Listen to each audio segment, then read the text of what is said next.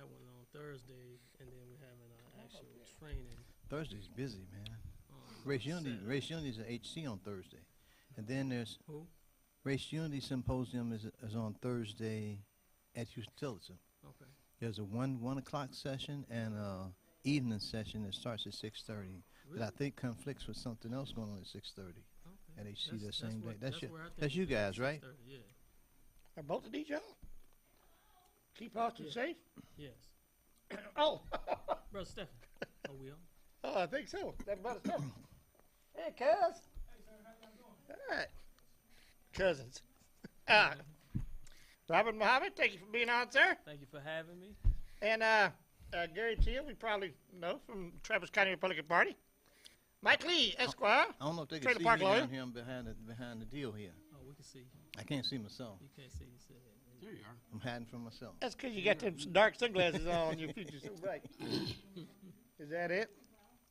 Okay, anyway, we're glad to have you on here. There's been a lot of activity. I know you've been busy. I guess I could ask you to give us a little update on what the NOI has been up to. I know these bombings that didn't sit well with y'all. Absolutely not. They shouldn't have sit well with anyone. You know, so Bombings usually don't, yeah, but yeah. besides, You know, grave concern about, you know, initially just hearing about the bombings and seeing the Yes, sir. news and having very little information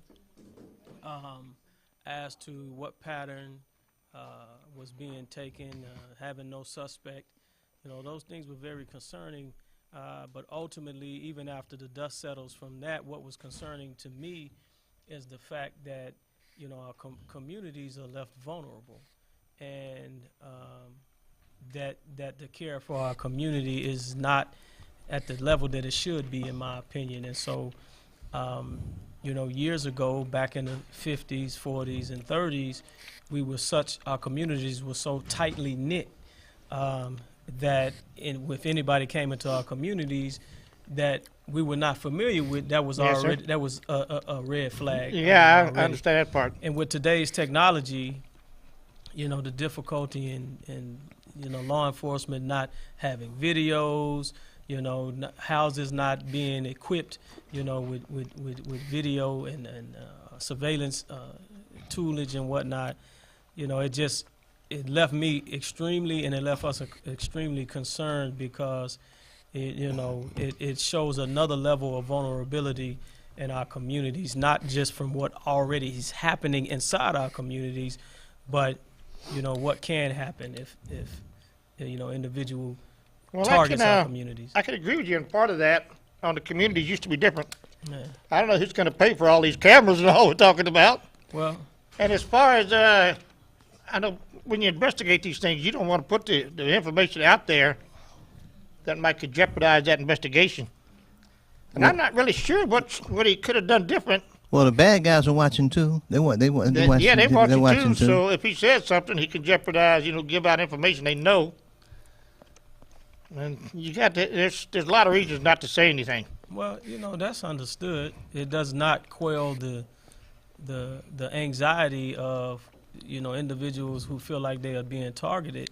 You know, understanding that even with the family, with the commonalities of the two targets, and then even the third target, having someone with the same name, last name Mason, owning a house 2 doors down. So even with the family not being given any information, because I know some of the family members, Yes, sir. and so, you know, even with them not being given information, much information, and with a case like this, having someone like the police chief, you know, do his best in attempting to answer questions, but he, like the public, is being spoon-fed certain information as well, because when federal authorities come in, you know, they take over.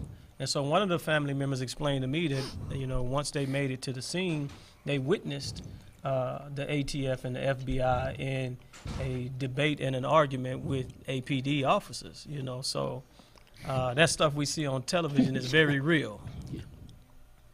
That's, yeah. Well, anyway, that's good. Thank you for that information. I know I was kind of perplexed at just what a lot of the public, including your side of it, thought he could do. Like the first bombing, just didn't seem like a terrorist bombing. It was not a mass casualty event, not at a restaurant or a bus stop or a gay bar or nothing like that, you know. So I don't know what he was supposed to think. And you're right, after the second one, you'd have thought they'd have found a link somehow or another. Yeah. The difficulty in that is that, the community is kind of upset because, the first one in which Chief Manley apologized for the handling of that case, of the first case, because, it was alleged it ties to maybe suicide or maybe some type of retaliation to a gang-related or... Well, they mentioned that there was a raid that happened in that area, and also maybe perhaps he may have been making the bomb himself. Now, I'll say this to you, Pokey, that I've been a black male for 45 years now. And one thing I know about black people is we don't mess with snakes and we don't mess with explosives. Them two things we do not mess with. So I knew when they said black EOD guy. Snakes, explosives, and methamphetamine. And methamphetamine, yeah. So when they were trying to make that link, and then it literally kind of subsided a little bit until this young man and his mother was bombed, and then it brought right back to our memory came right back. Well, there was a bombing 2 weeks ago, nearly, and so now they have to answer for, and I'm gonna use the term trying to sweep that under the rug. Now, I mean, I don't know. I'm not an investigator. I'm not a law enforcement investigator and whatnot. However, when you're dealing with these things, you have to be very sensitive to the communities that are affected and even the family members. And the reason I can say that is because when I was 19, I was involved in a situation where I was nearly killed. One of my friends was shot 8 times, and the other one was shot twice, and one had a ricochet bullet lodged in his head. And I was the only person that was in this vehicle that did not get shot. And when the police and the first responders came to the scene, we were treated, as suspects. And now I don't know what the policy is, but I do know that after we went to the station, this happened in Houston, went to the station, I was repeatedly asked questions, and they were trying to tie us to why didn't you get being hitmen. And the detective kept asking, well, where are the guns and where are the drugs? And I kept saying, you all have the car, the vehicle you impounded, so I don't know what you're talking about. And so, that type of insensitivity, maybe some can say it comes with the job, it comes with the territory, but to individuals that are not used to that type of handling and that type of behavior, so I think Chief Manley did the right thing in apologizing in that public forum for, mischaracterizing and maybe mishandling the labeling of that initial bombing. Also, for clarity, I did reach out to Chief Manley's office twice. On both Wednesday and Thursday, I spoke with his personal secretary, and I know Chief Manley did know he was invited down here, and he was going to call back and tell me yes or no, but he got busy. So maybe we can have him on again sometime in the future, and I'll be sure to let you know if he does. I know it's not easy to try to. This was something that we're not used to here in Austin. Absolutely not. So we can say that much. Anyway, okay. You are having some events coming up. I think you're sponsoring both of these. Yes, sir. Where did it all go? Neighborhood awareness and community safety. Where did this idea come from? You want to speak about this in here? Or? Well, this idea came from Minister Farrakhan at the 20th anniversary of the Million Man March. He asked for all of the participants to go back and get involved in not just conflict resolution, but he said we must go back and make our neighborhoods and our communities decent places to live. We didn't get a blueprint for that. Goes back to what you were saying earlier about we used to know each other. Exactly, and so one of the things that we did initially is we launched a conflict resolution program to kind of quell some of the violence in our community didn't fare as well in Austin as it did in Killeen, Texas. Matter of fact, we worked for a year and a half. Excuse me, Robert. Yes, sir. But I had wanted to ask you about Killeen because I was doing some reading. You and I hadn't ran into each other in a while. I'm gonna try to take this opportunity to catch up. Go ahead. I know something was going on in Killeen because I was in Killeen with Chaz about the little girl that damn near got lynched up there. Yes, sir. We did some picketing or something. We were on the street with signs and stuff like that. But Killeen was kind There's the of. details. Not to stop. kinda- There's the details on the screen there. I know. You did some. You've been doing some work up there and had some success. Well, yes, absolutely. That was a little closer to the Waco area, but in the city of Killeen, you have Fort Hood. Right. You have three cities. You got Harker Heights, you have Killeen, and you have Corpus Cove. And they all are in that Fort Hood area. And Fort Hood is the biggest military installation in the country. And so you have young men, unfortunately, who don't have much to do, don't have a lot of guidance in the community. There's an influx of now different kinds of drugs on the streets and military-grade weapons everywhere. So the criminal homicide rates off the chart in the city of Killeen. And so what we did was we launched a Squash the Beef hotline here in Austin and in Killeen, taking that instruction from Minister Farrakhan at the 20th anniversary of the Million Man March. And we actually, January 2017, a brother got killed on MLK Day. They called me, they say, hey, Brother Muhammad, we got to do something. We had already had, I think we got like 20 people trained in conflict resolution and mediation tactics, and so we went down the next day and we said, look, we have to mobilize, and we need a greater surge of energy for people to know what we're trying to do. And so it was all young people in the room, and I said, well, let's use social media. We came up with the hashtag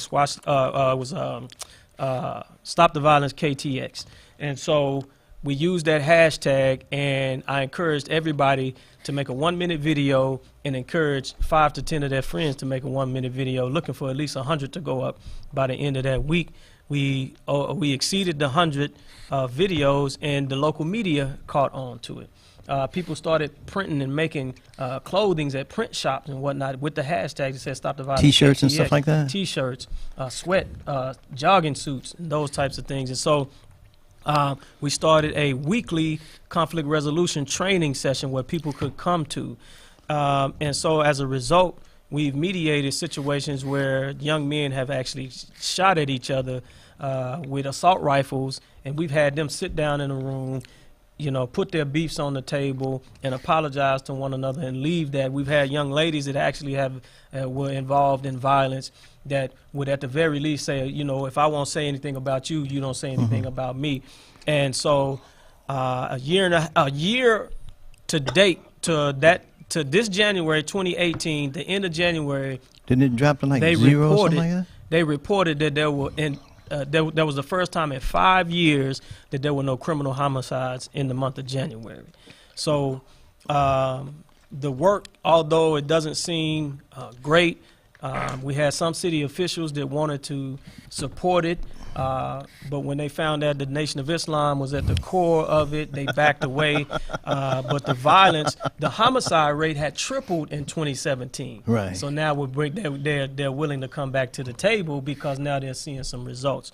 That being said, there's another component to that, which one of our sisters from the Muslim class of young ladies, of girls in the nation, our sister captain, Sister Christina Muhammad spearheads a program called Disaster Preparedness. Well, in that disaster preparedness program, the 10,000 Fearless, one of the things that is also a disaster, not just natural disasters, but the violence in our community is a disaster.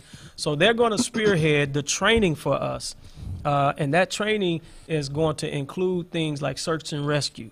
It's going to include things like how to respond during a live shooting situation, That's the training that's happening Saturday to keep Austin safe. Saturday, April 7th, right? Saturday, April 7th. Right, I got you. This Thursday, April the 5th, what we want to do is have a citywide call out for individuals to come join neighborhood associations or neighborhood watch groups, or in neighborhoods where they don't exist, to organize them and to get an introduction to some aspects of training during that time at Houston Tillerson at 6:30. That's Thursday evening, right?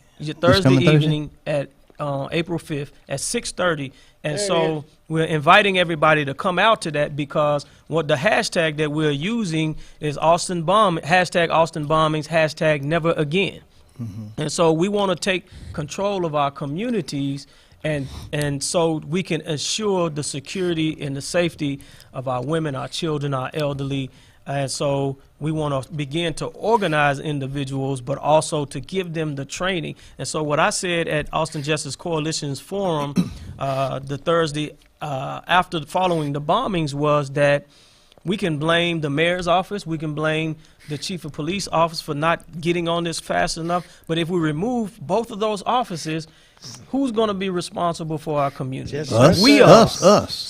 So, you know, and if you can say that in the construct of this system that embedded in it is some aspects of white supremacy or racism, why do you keep begging the same system that has this embedded in it and has not ridded itself of it to give you answers or solutions to the problems that plague your community? So Elijah Muhammad said that we must do for self or suffer the consequences. And I guarantee you, if we take responsibility for our communities, that it will quell, and that the proper relationship between law enforcement and community will begin to develop. Because when I grew up in Booker T. Washington Projects, we knew every officer that came into that community. And if there was an issue, there was no problem with cooperation, because we understood that if somebody was breaking a law in that community, that it was affecting all of us.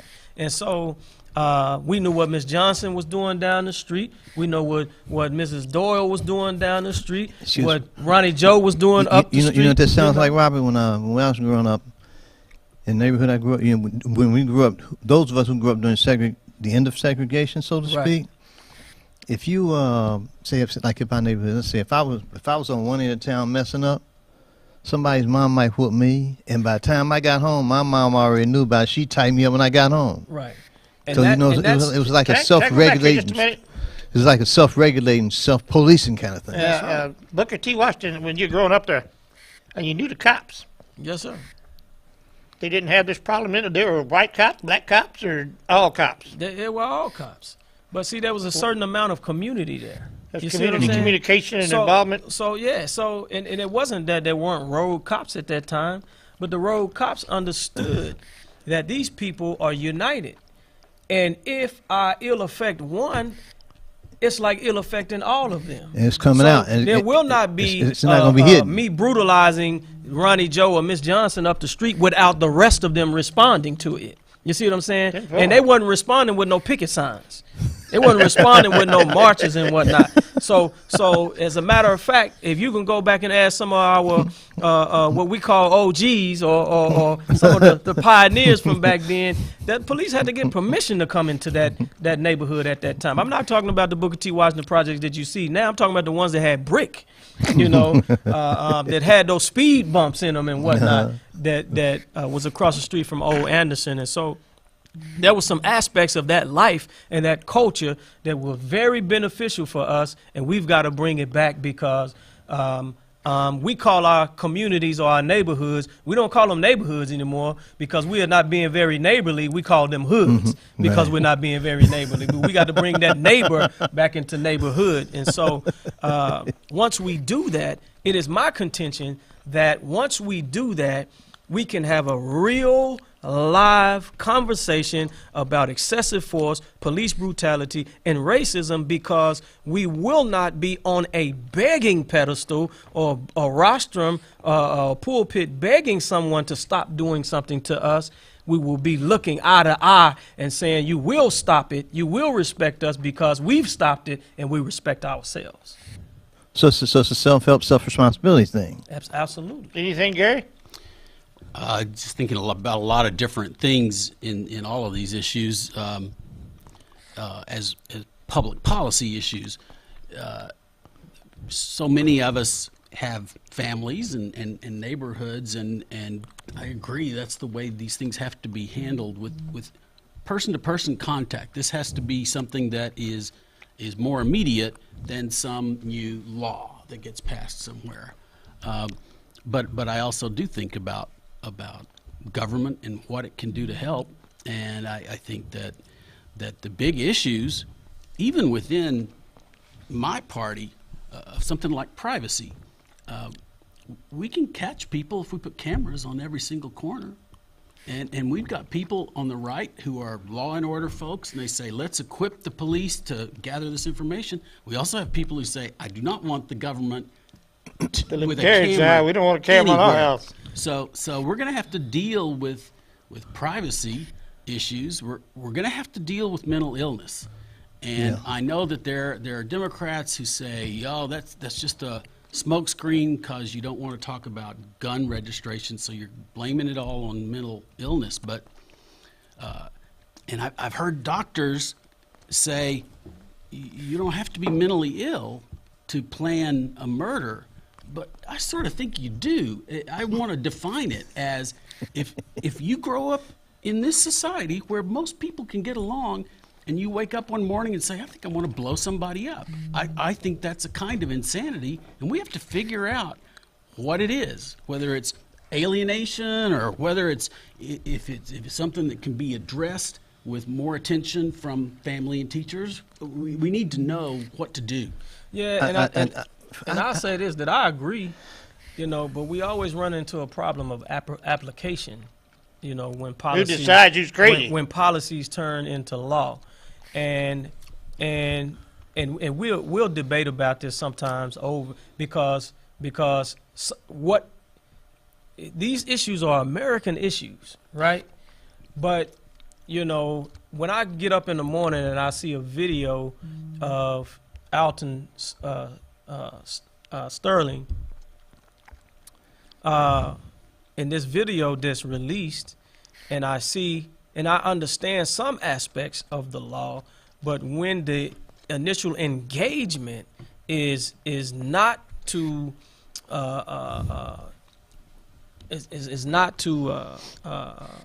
when the initial engagement is to heighten the tension and not to rather than de-escalate it. Rather than de-escalate it, and then I see another video, and it's a true story. I saw another video just this morning of a white male who was approached by a police officer, asked to get out the vehicle. As a matter of fact, he got out the vehicle. He charged the officer. The officer retreated, and they even left the view of the camera, and he was able to come back to the vehicle, got in his car. Officer still got his weapon drawn on him. He gets in the car, puts it in reverse, nearly hits the cruiser, spins the car around. He drives Takes off. He's able to get arrested, and he's able to pay for his crime without his family having to don a RIP T-shirt and people out with picket signs saying justice for whomever. So I think, and I agree with what he's saying, but the application, we always got to look at equity. Who's applying this, and it has to be applied equally across the board. So I'm in total agreement with that and looking at that, but at the end of the day, we got to look at application. Well, on that issue, Robert, there's a guy, Rudy Mateer has a paper out. I got to get Rudy on. We got to get Rudy on here one of these days. But he's a lawyer. He's on council in Pflugerville, I believe. Yes, sir. And basically his paper is about how not to get shot. And because, you know, to me, on an individual level, when you're stopped by the police, if you happen to have a tan like you and I, you know, you need to realize that's the police. He got the gun, I don't. Right. And the object of the situation is to go home. True. And the way I've been pulled over 5 or 6 times in the last year, probably for almost a year. Never got a ticket yet. But first thing I said, "Good morning, officer." You know, 'cause I'm not wiping my nose, not running off my nose. Oh, you profiling me? I'm trying to go home. Right. And I think he wants to go home too. He wants to go home that day too. He doesn't want a hard time. I don't either. Right. And so it's kind of like we have to take responsibility. You know, it's like kind of like being on the street. You know, you're just trying to get from A to B. Right. Not prove something. It's a some two-way crap. street, definitely. It absolutely is a two-way street, and you know, I've been in the Nation of Islam for now 28 years, and I've never I can't even join. I walked in the door when I was 17, and I've been arrested before, you know, for traffic violations and stuff like that, but I've never had a problem with the police because there's a certain type of training that we get in the nation, and that training is not to you know, be submissive and to be you know, we have history. You know, we have history with police departments all over the country. And so they know us and we know them. But the training that we get is a universal training to treat every person like a human being. But at the end of the day, if I'm not being treated as a human being and somebody intends to dispose of me, then the decision between me being disposed and them being disposed. You know, if it's gonna be today, then why not go out, you know, defending myself? And so, but that's always the last, right? You know, resort. And so we don't have a problem with law enforcement. We're very respectful to them, and they're very respectful to us. And that's it's got to be a two-way street, because when you understand what law enforcement has to deal with, but when a law enforcement understands what we have to deal with, so we talk about something like PTSD, you know, and when you run the same type of test that you run on veterans or people that's coming back from the theater of war, and some of these metropolitan areas, Chicago, LA, New York, some of these areas, there's a greater amount of PTSD, and some people that have never even thought about going to the military just because of the neighborhoods that they've grown up in. Some of the cops got it too, I bet. Yeah, it's on both sides. It's on both sides. So I'm with you that when a person decides that they're going to murder someone or plenty of people, that there is a mental, there's something wrong mentally there, right?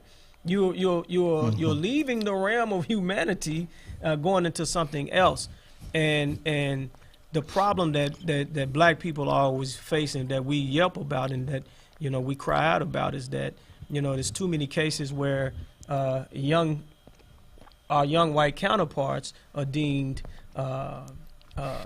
problem children or misguided young men, rambunctious, and black males, boys will be boys, and black males are thugs, you know, criminals, you know.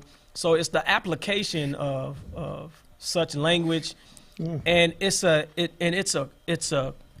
culture. It's embedded in the fabric of American culture, because I won't sit here and just say I've heard that from white people or Caucasians or any other people. I hear it from black people. Soon as somebody get, well, what did he do? You know, and so it is an issue that we have to tackle, and it's a three-dimensional issue. And so our answer, not just to cry and not just to pick up a picket sign and not just to blame the name, shame, and blame game, but we want to become more responsible for our community. And so what do? We got to start organizing and training our people to become responsible for our communities. And now you mentioned cameras, and you mentioned cameras, but the reality of it is, if I got cameras on my home and it's looking at my home and it happens to have the street there, then, I mean, we can yelp about privacy, but this is my neighborhood, you know?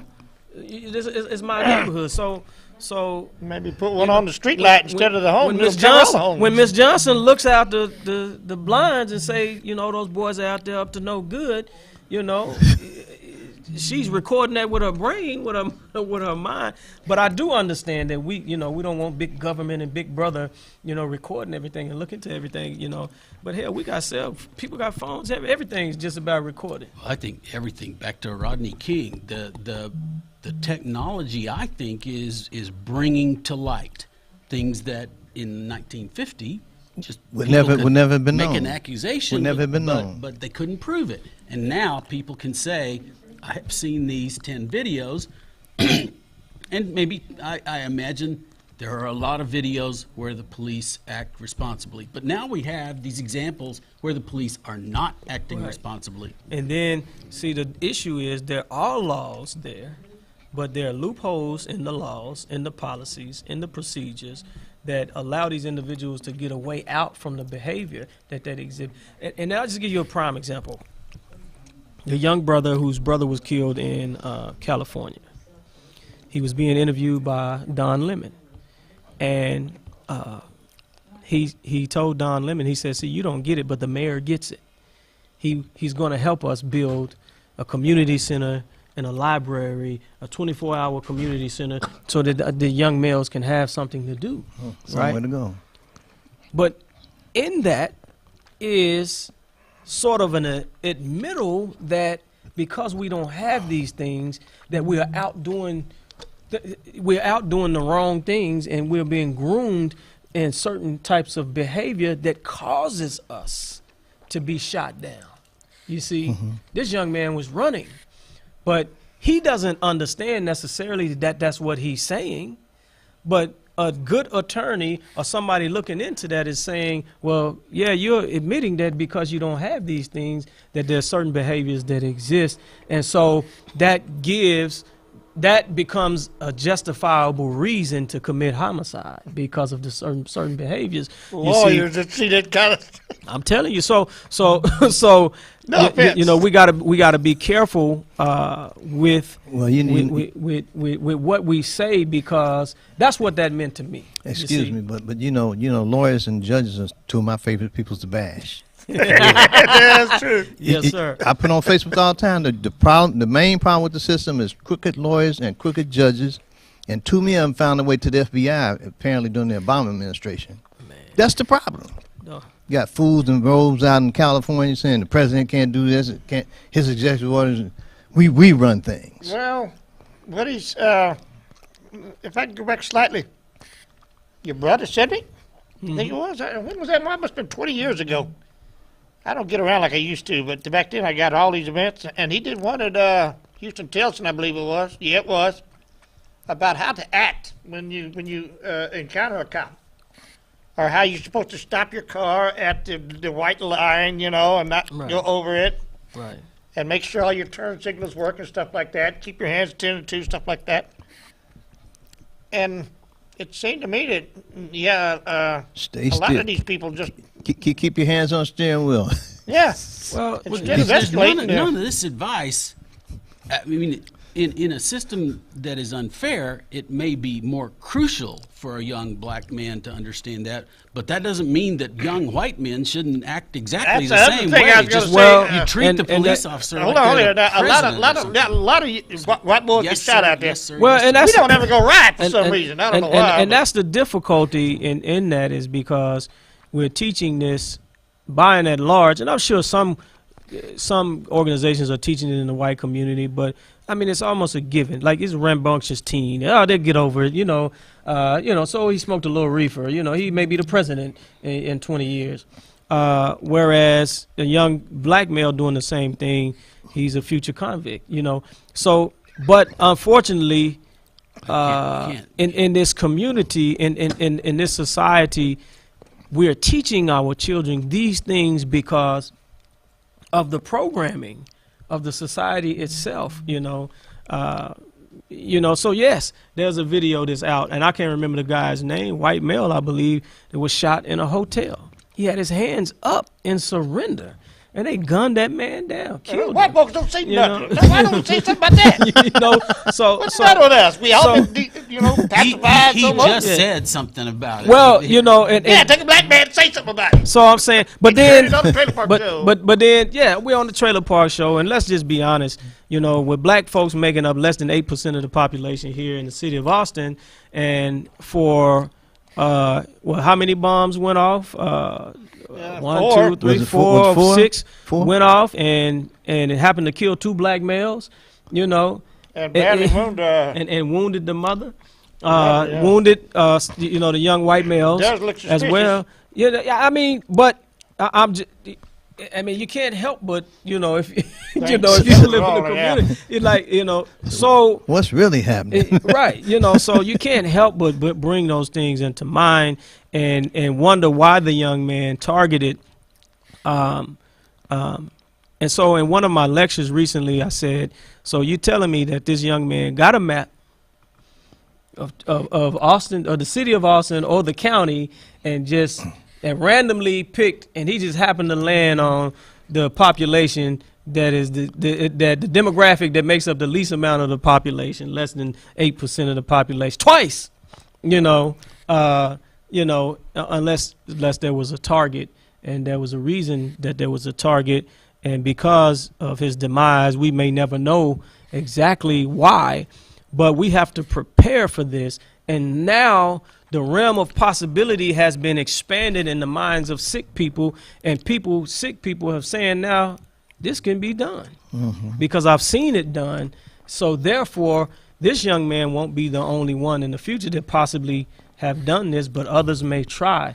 So we have to prepare. Thursday and Saturday is what we need to be so doing. this Thursday, April the 5th at 6:30 p.m. at Houston Tillerson University, we will be there attempting to organize individuals to start neighborhood associations and neighborhood watch groups, and or to join some that already exist.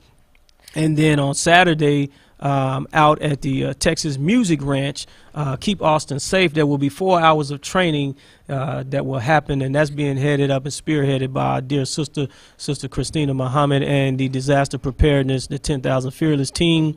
They're going to be doing that work out there. So if you want to get trained and you want to join a group and organize, and we're not trying to organize vigilante groups. We're trying to This is open to organize all races and everything, isn't it? Yes, absolutely. Now, guess what? Remember that, folks.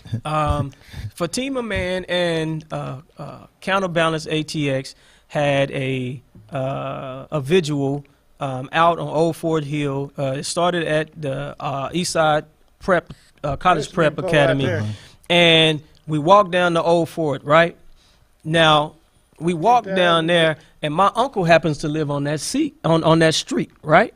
And he and my aunt said that was the first time, and they've lived there for over 20 years, I believe. He said that was the first time that they had gone out and met certain neighbors on that street, not in the whole neighborhood, but just on their street. And so what they have made a commitment that they would come out and they would meet more of their neighbors, and they would encourage them to come out, see what's going on on the block. Ma. And so, again, this Thursday, April 5th, 6:30 Yeah, I'd p.m. like you to speak a little bit more about this while we got it on the Houston screen Tillerson. here. We're It is asking for free. people to come out. Yes. Any drinks or anything? Bring your own Again, it's drink? free. or- We'll have water there, but if people want to donate food, they can contact our sister on there. And if they want to donate food, it's going to be 4 hours. Now, again, we're doing this. We don't have any resources from the city or from the county or That's the good anywhere. part right there. Because I think- we don't want it to be controlled by You don't anyone. want to be controlled that way. But at least some people can offer a partnership. Say, hey, I like what you guys are doing. Like a political party, maybe. Well, whomever, as long as they understand, they're not going to control what we're doing. But what we're doing is a good thing, and I think that They wanted to show they care that- about the community. That I think that we all want the same thing at the end of the day. You want for your children, your grandchildren to be safe, just like I want for my children and I want to grandchildren make to be sure safe. it's ADA compliant, And- so I can get them out there in my, my Yes, little sir. walker and all Yes, that. sir. Yeah. Well, I don't know about the Texas Music Ranch. I've only passed by there several A times. lot but of walking there. I don't get out but- much anymore. I don't yeah. mean to cut you off like this, but I really do miss getting out to some of these events. There's a lot of rocking stuff out there, but some white guys that own that out there, and they've availed their ranch to us to do the training. So we're grateful, but we got to get to work. It's okay to come out and protest and give our side of the story and our disapproval, but at the end of the day, what are we going to do after we do that? It comes down to what you do. That's right. So love is a verb. So Action. I know that our dear brother Sherwin Patton, he talked about at the Austin Justice Coalition meeting. He said, we're not here because of hate, we're here because of love. But our difficulty is that we don't love ourselves enough. So no one hates an individual that they don't know. We may hate their actions or dislike their actions, but we got to love us enough to be proactive and to put preventative measures in place. So I love my family, so I lock our doors at night. So we arm our security at night, because I love my family. And if I happen to lose my life protecting one of my family members or take one, I'm doing it out of love, not out of hatred. I'm doing it because I love what is being offended. And so I know that this will be a success. We invite everybody out to come out and to participate, observe. We're inviting the media out because too often, things like this get swept under the rug, and people always say that will APD be showing up? Yes, there will be some police APD officers there. Actually, there's one by the name of Sergeant Lawrence Davis that's participating in some of the training as well. As on Thursday and on Friday, there's a female officer that's participating. I can't think of the sister's name right now, but anyway. So there is some partnership that has been put out there and some willingness to say, hey, because you got to think about this now.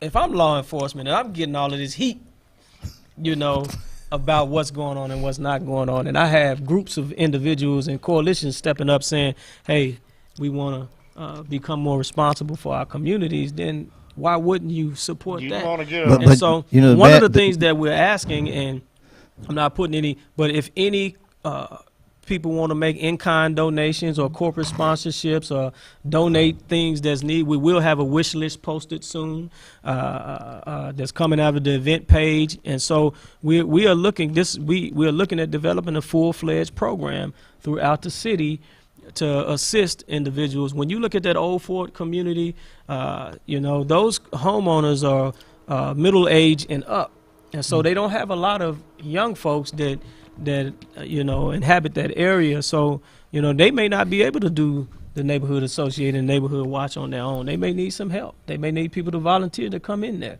So we will ask security firms to donate time and man hours. We will ask corporate sponsors to assist us with equipment and things like that. And so we're trying to get it done. That is good. It's simple things too, like an orange vest. Simple things. Flashlight, two-way radio, water, two-way radios, flashlights, water, first aid kit, simple first aid kits. We won't turn down any monetary donations. I've always been really bad about these fire extinguishers. When I drove my truck, I used to give them away for Christmas just because everybody needs a fire extinguisher. Absolutely right. So that would be a good thing to give away, little things like that, like smoke detectors, little small fire extinguishers. Glad I know you had something to say over there, Gary. No, right? no, I don't have anything to add to this. I mean, I think that I'm here. I have a job. I work for a political party, and I'm completely in agreement here that we don't want a government powerful enough and staffed up enough to have 3 police officers on every corner watching us and turning in notes about what we're doing. Well, we want to help each other. We need to be in touch with each other and our neighbors. Get to know them, know when they're out of town, and know if one of them has a troubled kid, everybody can sort of keep an eye on the troubled kid and tell him everything's going to be okay before he goes off the deep end. And that's absolutely, in the black community, we don't have a very good relationship with law enforcement, in general. You know, I wouldn't say specific Individuals. officers and individuals are not don't have good relationships with and rapport with people in the community, but in most of these meetings that I see, that I've seen over the years, after there's an officer involved shooting and things like that, or there's some issues in the community, the homeowners are asking for more policing because they're generally older, you know, and they can't keep up with their great-grandchildren and their grandchildren, so they're asking for more policing. Well, you know, historically in our communities, that is dangerous to have more policing because the sensitivity is not there. So we need more, and I'm gonna say this, we need more groups that are supposed to be involved in social change to step up. I'm talking about churches, I'm talking about mosques, I'm talking about synagogues, I'm talking about spiritual houses all over, and I'm talking about homeowners association. See, and I'm not defending any law enforcement, but they are a reactive agency. They respond to crimes and calls. They respond when crimes have already been committed. But if we're in the community and we have a gauge and a thermometer of what's going on in our community, it should be us that's responding initially. And if Mrs. Johnson has a grandchild that's a late teen and maybe he's having some issues and some difficulty, whether it be mental issues or whatnot, they should be able to call Brother Robert or Mike or Pokey and say, can somebody come down and talk to this boy because he's scaring me? And Mike and Pokey and Brother Robert go down and try and talk some sense into him before 911's called. Right. And when 911 is called, hey, this is Brother Robert. When they come, I'll meet them at the curb. They are familiar with Brother Robert. We tell them what's going on. We walk them in. If he has to be placed under arrest, he's placed under arrest. We go down to the station behind the unit. He's booked. He's charged. We bail him out. Or he goes to court, he does his time, whatever needs to be done, but he's able to return back and pay restitution, whether that's in the form of community service or whether that's financial. But we are not wearing RIP T-shirts because Big Mama said she was afraid, and Mike came out, he don't know what to expect, it's dark, and the boy turns around with a cell phone, he gets shot 20 times. You see, well, that's putting the neighbor back in hood, actually. Exactly. So that's what we're trying to do. What I spoke about earlier about when I get whipped on one end of town, whipped on another when I get home. It's like where I grew up, it was really like the whole neighborhood was just like one big family. That's right. Really. That's right. Let me tell you, I had a brother come back. He went and visited. Trying to think about what country it was, but it was a country in Africa, and they were riding and they were going somewhere, they were driving, and someone ran into them in another vehicle. Well, the guy that ran into him got out and ran. And he said, man, we need to go, we need to follow him. They said, no, it's not a big deal. And so guess where he ran to? He ran to the police. You know why he ran to the police? Because the people have a history of policing their own community. When you do something like that, they deal with you right then and there. They're going to deal with it. So he went to the police for safety. For protection. He went to the police for service and protection. So they're there to serve and to protect. So we got to get back to them type of times where we become the police in our own community, right. and those authorities that carry and are licensed to arrest and do certain things, that we are a bridge from the community to them. And that and I'll share this one story, Pokey. We had a situation. It was the same year I got married. We had a situation where a police officer was called to one of the members of the mosque's home. And the captain, the brother that's in charge of security, and I went out, and the police was there, and one of the officers there said, he looked at me, and he said, there was an incident that happened in '75 where one of the FOI, the brothers, got into a fight with a police officer, and the police officer ended up being killed. And so he said that he was in the police academy at that time, and they were studying us after that incident happened. And he said he walked into that home and he saw that flag, our flag, the flag of Islam, up. He said, and I knew when I saw that house, I knew that one of you all would be coming. He said, because you all are known for taking care of your own. You don't call the police unless it's something that has gotten out of hand. And so, but he remembered that. And so, well, we got to let the microphone. I don't need a microphone. A good way to get to learn your neighbors in your neighborhoods, and I've thought about doing this over where I live at. There's a little strip of duplexes there, and going around to all of them and inviting them all to a community barbecue. Mm-hmm. That's one way of getting to know your neighbors, because they'll come out and bring something, potluck type thing. We did it one time where we used to live in a house, where we were buying a house, and we tried to do that over there with not much. But if you get to know your neighbors and have a barbecue or something, they can come by, throw something on the grill, et cetera, and it's just real good. That's one way to get to know your neighbors and start a neighborhood watch. Well, thank you. And I'm guilty myself. I mean, I've lived in my home for now nearly 15 years, and my neighbors know my first and last name, but I don't know theirs. I just speak to them. They speak back, but when I see them places, hey, Mr. Muhammad. Hey, I was at the school, at an orientation for my daughter's school that she's going to next year, and the neighbor came over. She said, she was saying to herself, hey, that look like the Muhammads across over there. He came over, and we had a brief conversation, but I'm thankful she didn't ask me, well, who am I?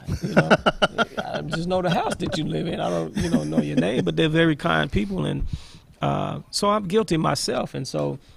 I remember when I first moved into that street on that block, that there was a couple of people. They literally, this 15 years ago, came by with one had a cake, and then somebody came by with something else. I was like, and because of the society that we're growing up in, I was afraid to eat it. I was like, I'm not eating this. I mean, I don't know those people, right? So, so we got to put we got to put the neighbor back in. Yeah. So I could. That's really depressing. That's like a teacher needs to teach all the kids out there: be nice to your neighbors, take them something to eat. But if they bring you something, don't bite into it, just to be safe. Well, you got to understand. I grew up around the time where. When we went trick-or-treating, there was public service announcements that don't take any soft candy because they may have put something in it. And even when they did that, people were putting razor blades in the candy apples. That's the time that I grew up in. So, I mean, and that's one of the things that my mother taught me. You don't eat everybody's food. So even when the family comes together, I got certain aunts, that I don't touch their food, So hey, Ma, we're gonna need pictures before we go off too. We got about 9 minutes here. I didn't go into the FOI. I always admired all y'all because of drugs. And I know back when your brother was Moss leader, he told me about how y'all don't even have pen life, because that way if the cops mess with you, you can't say that he's armed because they have never been armed. That's right. You've always advocated stay at school or get it, and now you are a teacher, something, aren't you? Yes, sir. I'm an educator. Can you tell us something about this? You got your own school going out there, right? Well, I don't have my own school, but I happen to work. It's not AISD. And I'm one of the pillars at the institution. It's called Texas Empowerment Academy. And I don't know, for whatever reason, we don't target, black people and, specifically, but because the leadership happens to be black, I don't know, maybe other people don't want to come to a school that happens to be black. But I mean, so we have 2 campuses here in Austin. We've been in existence since 1998, and we do a pretty decent job. Is it all black or? It's not all black, but it's pretty much predominantly black. I remember when we went to D.C. with y'all, me and Mom did. Yeah, it was our 25th wedding anniversary, and we got remarried. Yeah. With a car, like, man. Yeah. You never know these stories in the trailer park. Yes, sir. But at that one, they were telling me how boys go to school with other boys be taught by a man. Not gay, I presume, but. And I thought that was a good thing. Let me tell you, the Honorable Elijah Muhammad started, and Minister Farrakhan rebuilt all of this in the late 70s because it was destroyed. But the Honorable Elijah Muhammad started a school system called Muhammad University of Islam. And in the 40s, the 30s and 40s, he instructed for the believers to withdraw their children from the public school system, and we developed our own. And a lot of them went to prison for contributing to the delinquency of a minor. They were charged, convicted, and they went to federal prison. And so, but because of that, people can start their own private schools now. They even talking about vouchers and charter schools, homeschool, and all of that. So we got to give credit to some of the early Muslims because they blazed the trail in this country so that other people could do that, you know. And so I know brothers personally, older brothers, they spent 5 to 7 years in prison for that. We're starting our own school. Well, Yes, we don't have time to go into what your thoughts on AISD, but I'm glad you could come on here today. We got 3 minutes left, and it's I need to give me a babysitter. I just don't get out there like I used to. Yes, sir. And I do regret it because I know there's a lot of stuff going on, not just that y'all are doing, but in the whole. I didn't get to link this up to politics. How the precinct convention, whichever party you choose, is actually your grassroots, a community involvement. Yes, sir. Is that precinct that you live in? Precinct convention. Chairman? Precinct conventions. Well, that's Precinct convention. That's and- becoming more relevant for black people in this area because we've been pushed out into the far county area.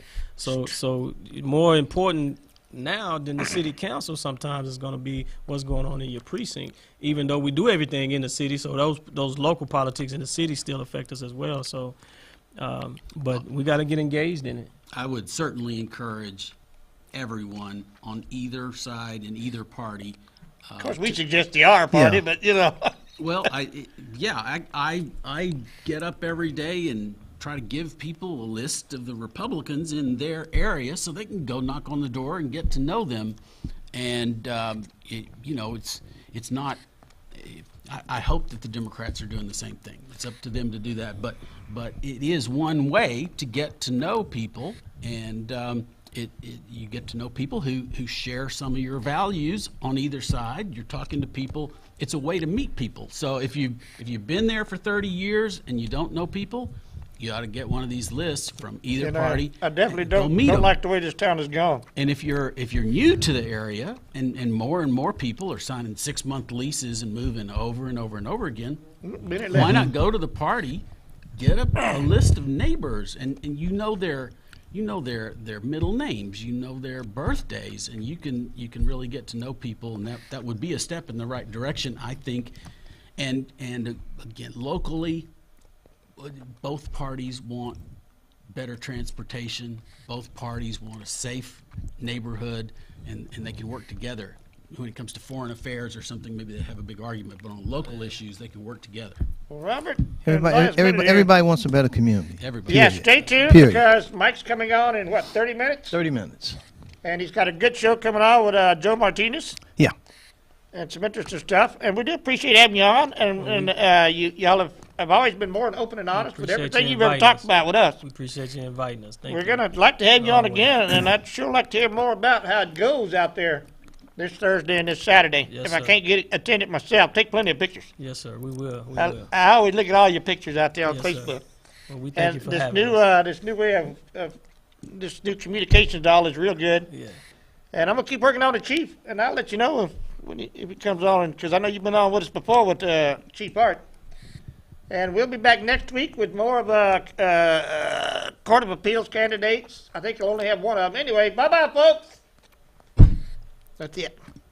There you go. Thank you, sir. That was pretty good. Thank